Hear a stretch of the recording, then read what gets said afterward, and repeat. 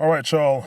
Matt Hardy, or as we know and love him as Broken Matt, has actually drawn attention from WWE officials again.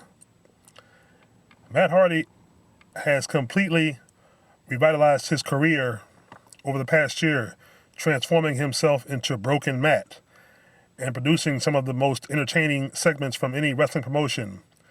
According to reports, Triple Bitch have made it clear to Hardy that he'd be welcomed back in WWE. He hasn't worked for them. He hasn't worked for the company since 2010. As you know, Hardy's TNA deal runs through spring of 2017. While the notion of Broken Matt back in the WWE universe is full of entertaining possibilities, there are several hurdles standing in the way. Aside from whatever efforts TNA would make to keep the deranged performer, Matt currently has free reign over the creative direction of his character. He would have far less creative control in WWE, and he's very aware how different things would be with WWE creative writers scripting Broken Matt. There is also the issue of the WWE travel schedule. He currently works limited dates of TNA and commands top dollar on the independent scene without having to endure everything associated with a life on the road full time. Okay, it's obviously WWE wants old school stars back, as we know, to enhance the younger guys.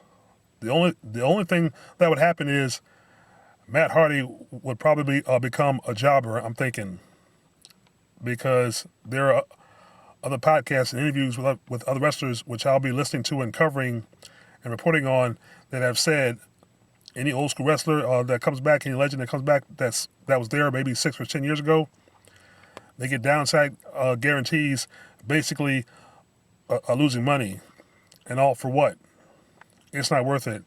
And Matt Hardy, word of advice: when your deal runs out, renew the deal, or just work the indies with the character, because your character is a gold mine. Whatever you do, don't sign with the WWE, because you will not have next to no creative control, and the WWE officials will ruin the Broken Matt.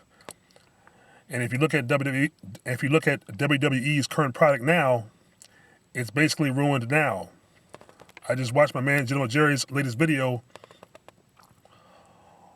on this past Monday's Raw. The viewership is dropping, and viewership is everything. Ratings are everything. When ratings drop, that means your viewership is leaving. Your product stinks, and your shows are going nowhere. I can't even watch Raw or SmackDown anymore. The shows are bad, and when I do watch a replay, even the replays without commercials, that's how bad. I can watch maybe 5 or 10 minutes, or sometimes I get through half until I get tired and I turn it off, and I don't go back to finish watching the rest. That's how bad WWE is. Why would Matt Hardy, who's revitalized his career, go to a place that will once again ruin his career? There's the riddle, and the answer is simple. If he's smart, and we know Matt Hardy is smart, both Hardys are smart, particularly, they will not even go near WWE. The only way Matt Hardy would wrestle Bray Wyatt is if Bray Wyatt were to leave and meet him somewhere in the Indies. Then people would watch. You are not going to bring Broken Matt Hardy into WWE just to ruin and fuck him over. Look what happened to Roman Reigns. Look what's happening with Kevin Owens. Look what's happening with Seth Rollins. And Roman Reigns has gotten it the worst. The promos they've written him basically just fucked his career royally. And this past Monday when he opened the show, he started to talk, and Stephanie McMahon came out. Of course, when Stephanie McMahon comes out, that's basically a guaranteed burial of a talent.